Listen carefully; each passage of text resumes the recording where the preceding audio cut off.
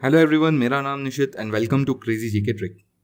Thumbnail आपने देख लिया होगा, तारीख पे तारीख मिलती है, नौकरी नहीं मिलती साहब। ये वीडियो सिर्फ स्टूडेंट्स के लिए नहीं है। अगर कोई इस वीडियो को देख रहा है तो ज़्यादा से ज़्यादा शेयर करे अपने घर वालों को, पेरेंट्स को, दोस्तों को, रिश्तेदारों को, हर उस इंसान को जो आपसे आज तक ये पूछता रहा कि नौकरी क्यों नहीं मिली। आज वक्त आ गया है उन्हें ये बताने का कि नौकरी क्यों नहीं मिली। एक स्टूडेंट के जीवन में सिर्फ पढ़ाई नहीं होती, और भी बहुत सारे मसले होते हैं जिनसे हमें जूझना होता है। तो आज उन मसलों से रूबरू कराने का वक्त आ गया है। ये जो कैंपेन चल रहा है, speak up for SSC railway students and SSC declare result, ये क्यों है, क्या जरूरत है इसकी। आपको एक कहानी सुनाता हूं, और ये कहानी सिर्फ बच्चों के लिए नहीं, पेरेंट्स के लिए भी है। बड़े बुजुर्ग, समझदार लोग, ज्ञानी लोग, भक्त लोग, जो भी इसे देख रहे हैं, सबके लिए। एक बच्चा जब 12वीं पास करता है ना, तो उसके सामने कंफ्यूजन आता है, ग्रेजुएशन में क्या करूं। जिस दिन वो ग्रेजुएट हो जाता है ना, तो उसके सामने वो कंफ्यूजन अब चुनौती बन के आता है कि अब मैं नौकरी क्या करूं। हर किसी के पास इतना पैसा नहीं होता, धंधा खोल ले, बड़ा सेटअप कर ले। वो देखता है एक जॉब जो कि सिक्योर हो, और इस जॉब को देने का उत्तरदायित्व गवर्नमेंट के पास है। मैं ये नहीं बोल रहा सबको गवर्नमेंट जॉब दो, पर कुछ तो दो। साल में थोड़ा पीछे लेके चलता हूं, 2017 की बात करते हैं। 2017 सीजीएल, एसएससी सीजीएल में 3 टायर होते हैं, टायर 1, टायर 2 और डिस्क्रिप्टिव। यहां पर टायर 1 कंडक्ट हुआ, टायर 2 में पता चला कि मेंस जो टायर 2 होता है, इसमें चीटिंग हो रही है। सोशल मीडिया में क्वेश्चन और आंसर्स और साथ में बहुत सारी इमेजेस लीक होने लगी। हल्ला उठा, बहुत सारे लोगों ने आवाज उठाई। दिल्ली में जाके एसएससी ऑफिस के सामने खुराना जी के आगे धरना प्रदर्शन किया। सीबीआई इन्वेस्टिगेशन हुई, और फाइनली क्या हुआ, आज तक कोई वर्डिक्ट नहीं आया। आपको क्या लग रहा है, जैसी सीबीआई सुशांत सिंह के केस में करती वैसी हर केस में करती है? मीडिया कवरेज मिल रहा है उसको, वहां सीबीआई अच्छे से काम कर रही है। यहां मीडिया कवरेज नहीं मिला, किसने नहीं? आपने नहीं दिया सर। आपको लगा हमसे क्या, हमारा क्या? हम ही हमारे सबसे बड़े दुश्मन हैं, आपको पता। आगे की देख ही नहीं पाते। चलिए छोड़िए, एसएससी 2017 निकल गया, कोई बात नहीं। पेपर फिर से हुआ, इस बार चीटिंग के केस सामने नहीं आए ऐसा बोल रहे हैं। अच्छा, एसएससी 2017 में चीटिंग पकड़ाई थी, तो क्या 16 में नहीं हुई होगी या 15 में नहीं होगी? इसकी कौन कोई गारंटी ले सकता है इसकी कि 15 और 16 में चीटिंग नहीं हुई होगी, या उसके पहले चीटिंग नहीं हुई होगी? कोई गारंटी ले सकता है तो सामने आए। चलिए जाने दीजिए, 2017 का केस रफा दफा करते हैं, एक गलती माफ सबको। 2018 एसएससी 2018 में एग्जाम कंडक्ट करवाता है, नोटिफिकेशन निकालता है 5 मई 2018 को। ध्यान से देखते आना डेट। अप्लाई करने को बोलता है कि 5 मई से आप अप्लाई कर सकते हैं। 4 मई को निकालता है, 5 मई को आप अप्लाई कर सकते हैं। एग्जाम लेता है 4 जून 2019 को। कौन लड़का बैठा है सर 1 साल तक आपके इंतजार में? 1 साल इंतजार करवाते हैं आप, 1 साल एग्जाम कंडक्ट करने के लिए। बच्चे को नौकरी पाना इतना मुश्किल हो गया कि पहले वो तैयारी करे, फिर जिस दिन वो एग्जाम का फॉर्म भर दे उसके बाद वो इंतजार करे कि कब मेरा एग्जाम होगा। चलिए ये भी हुआ, मेंस हो गया, डिस्क्रिप्टिव भी हो गया। देखिए, फर्स्ट, सेकंड, थर्ड तीनों स्टेज हो गई, और आखिरी में हुआ क्या, रिजल्ट का भगवान भरोसे। 17 में बच्चों ने हल्ला मचाया था, 18 में इन्होंने एग्जाम लिया, अच्छे से लिया, और आखिरी में जाके फिर रोक दिया। क्योंकि जब नोटिफिकेशन डाला था, अप्लाई करने वाले बहुत सारे थे, थोड़े छटे एग्जाम में, थोड़े और छटे, बहुत छट गए। अब ये बच्चे इतने कम बचे हैं कि इनके लिए कोई आवाज उठाने वाला नहीं है, पर नौकरी इनको भी नहीं मिली है। और 2017 में भी बहुत सारे लोगों के अभी पोस्टिंग नहीं आई है। फिर आता है साल 2019 एक बहुत अच्छी खबर के साथ।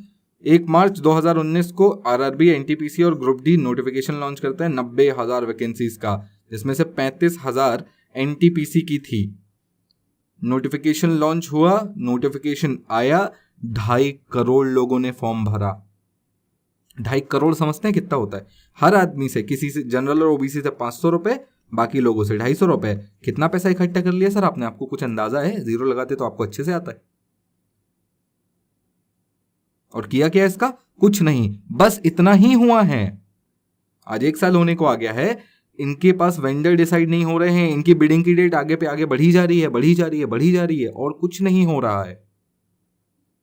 जेईई और नीट के एग्जाम इनको लेने होते हैं, तो ये बाकायदा बच्चों को ग्लव्स देकर, मास्क पहनाकर, इवन कोविड वाले बच्चों को बोलते हैं कि अगर आपको कोविड है तो भी आप आइए एग्जाम दीजिए। आप उनसे एग्जाम ले लेते हैं ताकि वो पढ़ पाए। और पढ़ के करेंगे क्या सर?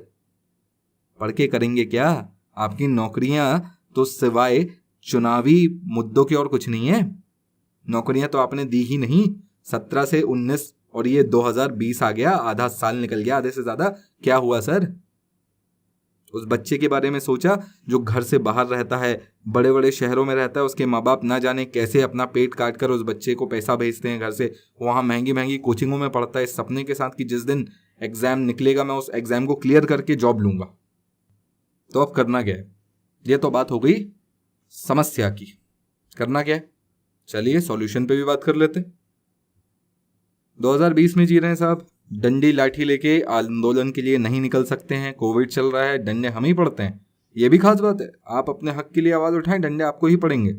अंदर कर दिया जाएगा आपको, आपके खिलाफ केस कर दिया जाएगा कि आपने नियमों को तोड़ा है, और उसके बाद आप गवर्नमेंट जॉब से हाथ धो बैठेंगे। बहुत सारे बच्चे तो इसी डर के मारे बाहर नहीं आते कि कल को अगर हमारे खिलाफ कोई केस हो गया तो जिस चीज के लिए हम पढ़ रहे हैं, लड़ रहे हैं, वही हमें नहीं मिलेगी। तो करना क्या? ट्विटर, इंस्टाग्राम, फेसबुक, यूट्यूब, हर एक सोशल मीडिया प्लेटफॉर्म जहां पर भी आप अवेलेबल हैं, और नहीं है तो आइए इन जगहों पर। ये 2 हैशटैग ट्रेंड करवाइए। मेरा वीडियो मत ट्रेंड करवाइए, इन 2 हैशटैग्स को ट्रेंड करवाइए। मैं नहीं बोलता मेरा नाम लीजिए। इन 2 को ट्रेंड करवाएं। और ये सिर्फ बच्चों से गुजारिश नहीं है, उनके पेरेंट्स, दोस्त, भाई, बहन, सबसे गुजारिश है। एक इंटरेस्टिंग फैक्ट बताता हूं। हमारी गवर्नमेंट ने प्राइवेटाइजेशन का ठेका उठा के रखा है। हर चीज प्राइवेटाइज करने पर तुली है। अब आप पूछेंगे क्या प्राइवेटाइज कर दिया? रेलवे पूरी थोड़ी प्राइवेटाइज हुई है। तो क्या ये मैं से शुरुआत नहीं बोल सकता? आपने रेलवे के तंत्र प्राइवेटाइज करने शुरू कर दिए। साहब एक बात बताइए, अगर रेलवे ही नहीं रहेगा तो गवर्नमेंट जॉब कहां से आएंगी? आपने BSNL को खत्म कर दिया। BSNL को क्यों खत्म कर दिया? क्योंकि आपको जियो को जो उठाना था। जियो पहली कंपनी थी जिसके पास 4G स्पेक्ट्रम था। आज 2020 आ गया है, BSNL के पास आज भी नहीं है। 2016 में जियो के पास 4G स्पेक्ट्रम था। सेम काम आप ऑर्डिनेंस फैक्ट्री के साथ करने लग रहे हैं। ऑर्डिनेंस फैक्ट्री के कर्मचारी आज आवाज उठा रहे हैं, पर क्योंकि बहुत कम है मात्रा में तो आवाज आप तक पहुंच नहीं पा रही है। बच्चों तो को पता ही नहीं चल पा रहा है क्या हो रहा है। बच्चों आपको भी जागरूक होना पड़ेगा, थोड़ा सा जानना पड़ेगा इन सब के बारे में। क्या चीज प्राइवेटाइज हो रही हैं, क्या चीजें खत्म हो रही हैं, ये आपके लिए है। मेरा जनरली ये फॉर्म नहीं है कि मैं इस तरह से आके कभी बतौलेबाजी करूं, बातें करूं या गुस्सा करूं आप लोग के सामने।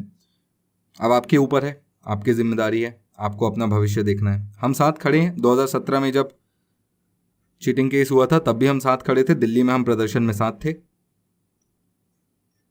आज भी आपके साथ खड़े हैं। जिस दिन बोलेंगे, जहां बोलेंगे, आके कंधे से कंधा मिला के आपके लिए खड़े हो जाएंगे। आपके धरना प्रदर्शन जहां बोलेंगे। पर आपको पहले ये काम करना होगा, इन 2 हैशटैग्स को इतना ट्रेंड करवाएं कि इन्हें टॉप पोजीशन मिलनी चाहिए इंडिया में। जाइए हर जगह लिख डालिए, भर डालिए, बता दीजिए कि अगर इस देश की युवा की सटक गई तो क्या होगा। जय हिंद।